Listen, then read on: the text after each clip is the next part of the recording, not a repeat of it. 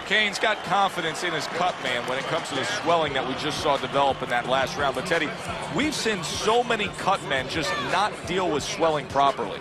No, they're not educated about it. They haven't been taught right. You know, the worst thing they can do, and they think it's the right thing because they've seen other people do it, is take that end swell, that piece of metal that's cold, and start pushing it into the eye. You know, you see the guys, they're slamming it into the eye, and then they're moving it away from the eye. And they think that they're spreading out that swelling. But what they're doing is they're damaging the tissues.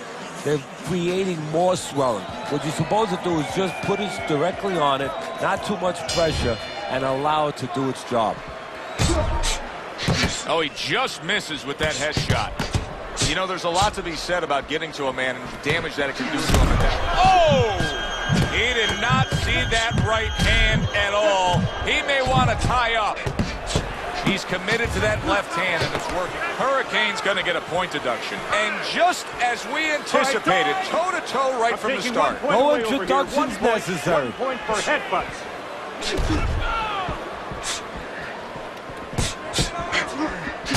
Able to dismiss his opponent's shot, and then comes back with an uppercut. Well-placed counterpunch by Clubber. How is he able to do this? How is he able to take these shots? You know, one time Muhammad Ali talked about taking a chin. He had one of the great chins of all time. And what he basically talked about was that when you start to get hit those shots, you start to go down a hallway. And then you go into a gray room. You go from a light room to a gray room. And at the end of the hallway, you see a dark room. You don't want to go to that dark room. And you have a choice. You put your feet down, you start backing up. I'm not going to that dark room. This guy is not being taken to that dark room.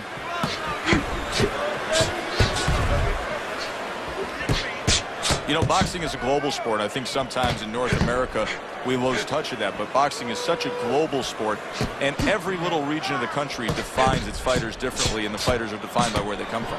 Yeah, it really is. You know, sometimes if a fighter is from maybe a place where there's not many resources, then you're going to get a fighter who's a little cruder, and he's going to have to be more physical because, you know, he doesn't have the apparatuses in the gym where, you know, he can hit a double end ball or, you know, he can be inclined to be a little bit more technical. And I think that you're influenced by those kind of things, by the lackings of certain benefits in somebody's background or preparation.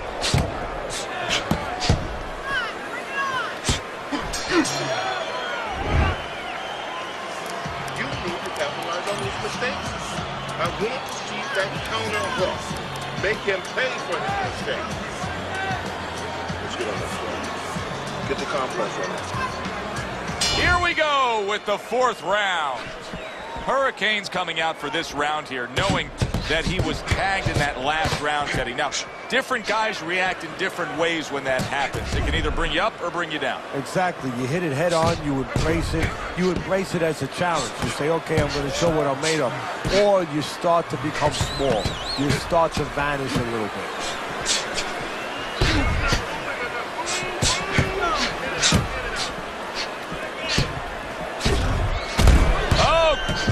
Damaged badly there. He may hit the floor. It's like a light switch just went on. All of a sudden, he's the aggressor now. Well, it's like your parents came in the room and they put that switch on. His corner, not his parents, told him, get on this guy. Right back to the midsection.